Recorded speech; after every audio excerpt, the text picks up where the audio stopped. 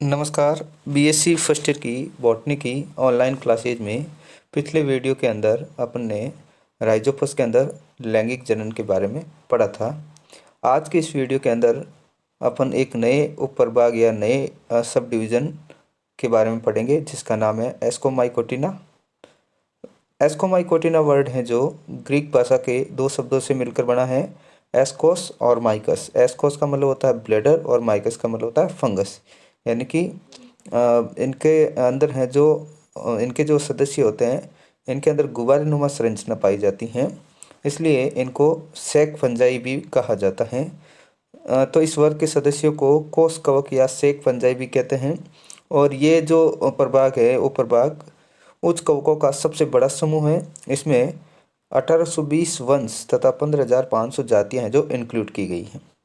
ये सामान्यतः स्थलीय मर्तोपजीवी या परजीवी होते हैं।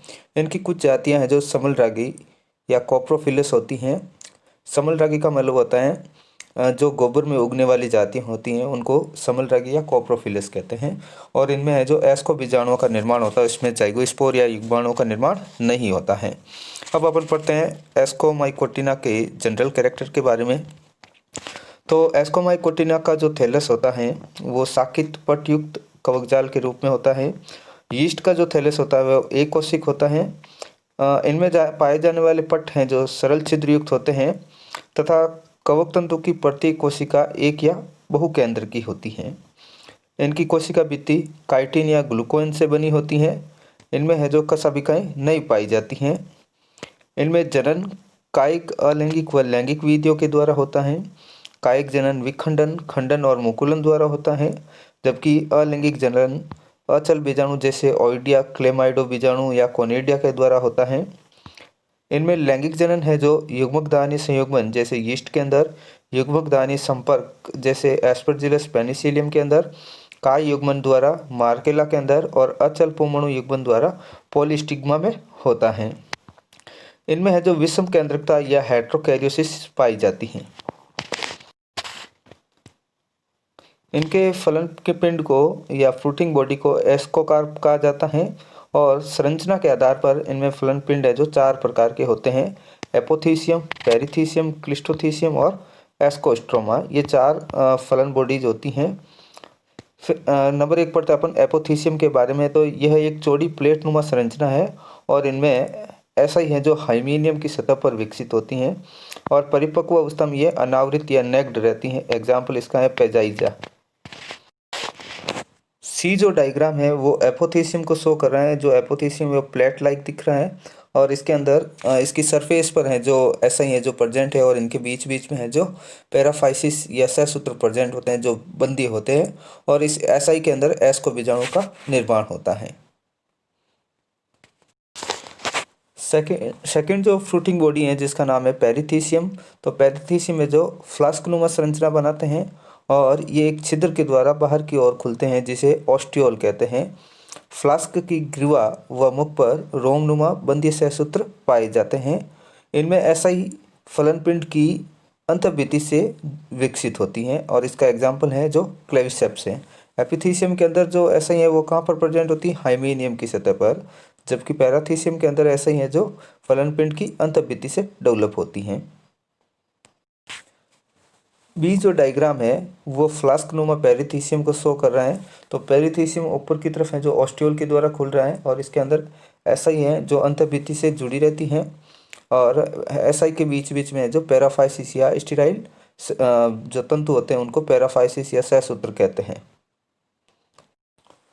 तीसरा जो फलन बॉडीज है जिसका नाम है क्लिस्टोथीसियम। यह पूर्णतः या लगभग गोल और पूर्णतः बंद फलन पिंड होती हैं। इनमें ऐसा ही अनियमित रूप से वितरित रहते हैं और इनके एग्जाम्पल हैं एस्परजिलस और पेनिसिलियम। यानी कि एस्परजिलस और पेनिसिलियम है जो पिंड को क्लिस्टोथीसियम कहते हैं।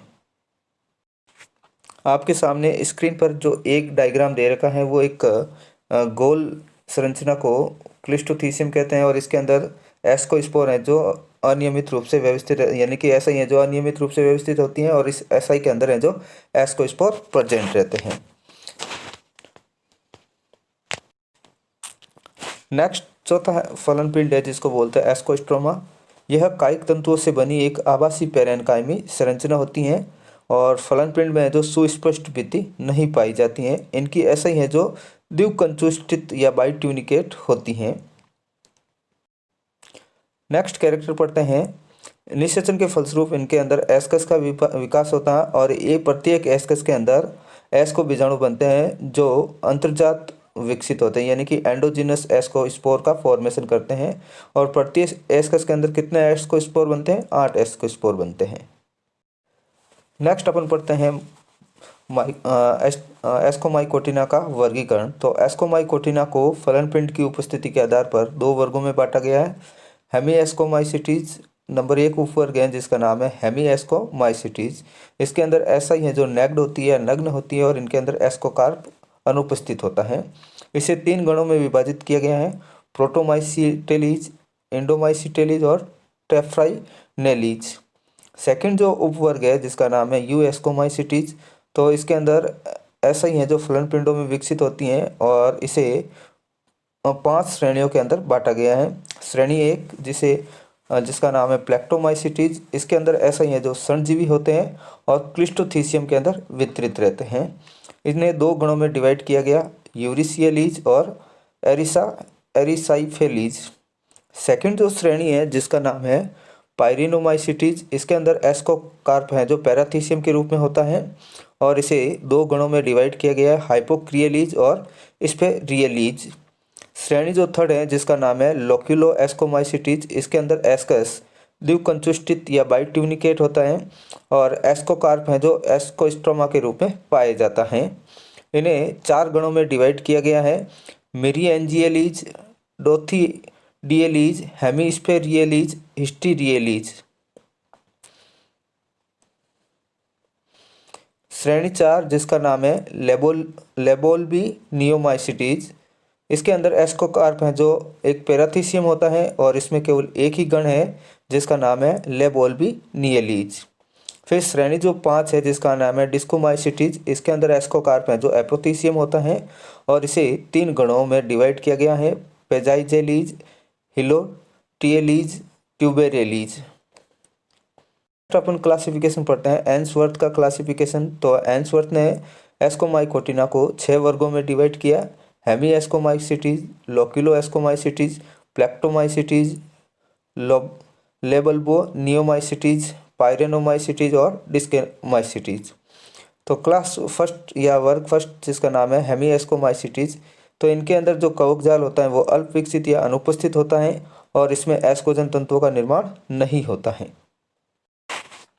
इसके अलावा इनके अंदर ऐसा ही है जो नेक्ड होते हैं, अर्थात एस्कोकार्प में निर्माण नहीं होता है। एसआई का निर्माण जाइगोट या द्विकेंद्र की कोशिका से सीधे ही होता है और इस वर्ग में 3 गण को सम्मिलित किया गया है, प्रोटोमाइसिटेलीज, एंडोमाइसिटेलीज और टेफ्राइनेलीज। गण एंडोमाइसिटेलीज के कैरेक्टर पढ़े हैं तो इनका जो थैलस होता है वो एक कोशिक या अत्यधिक हासित कवकजाल के रूप में होता है। इनकी सेल वॉल है जो ग्लूकोन व मेनॉन की बनी होती हैं। अलैंगिक जनन मुकुलन या विखंडन द्वारा होता है और लैंगिक जनन है जो 2 कोशिकाओं में संयुग्मन से होता है। कोशिका द्रव्य लयन या प्लाज्मोगोमी के तुरंत बाद केंद्रक लयन होता है या कैरियोगेमी होती है और जाइगोट है जो एस्कस के रूप में कार्य करता है। फिर इसके अंदर जो कुल है जिसका नाम है सेकेरोमाइसिटेसी, इसके जो सदस्य के कैरेक्टर हैं वो एक कोशिक होते हैं। अलैंगिक जनन विखंडन या मुकुलन द्वारा होते हैं और बनने वाले जो एस्को बीजाणु होते हैं वो गोल, अंडाकार या चपटे होते हैं। इसका एग्जाम्पल है सैक्रोमाइसीज, साइजोसैक्रोमाइसीज। सेकेंड जो वर्ग है जिसका नाम है प्लेक्टोमाइसिटीज, प्लेक्टोमाइसिटीज का कवकजाल है जो सुविकसित होता है और साकित व पट्टयुक्त होता है। इनके अंदर अलैंगिक जनन कोनिडिया द्वारा होता है, लैंगिक जननांग इनके अंदर उपस्थित होते हैं। एसआई का निर्माण एस्कोजन तंतु से होता है। एसआई एक कंचुकित या यूनिट्यूनिकेट तथा क्षणभंगुर होती हैं।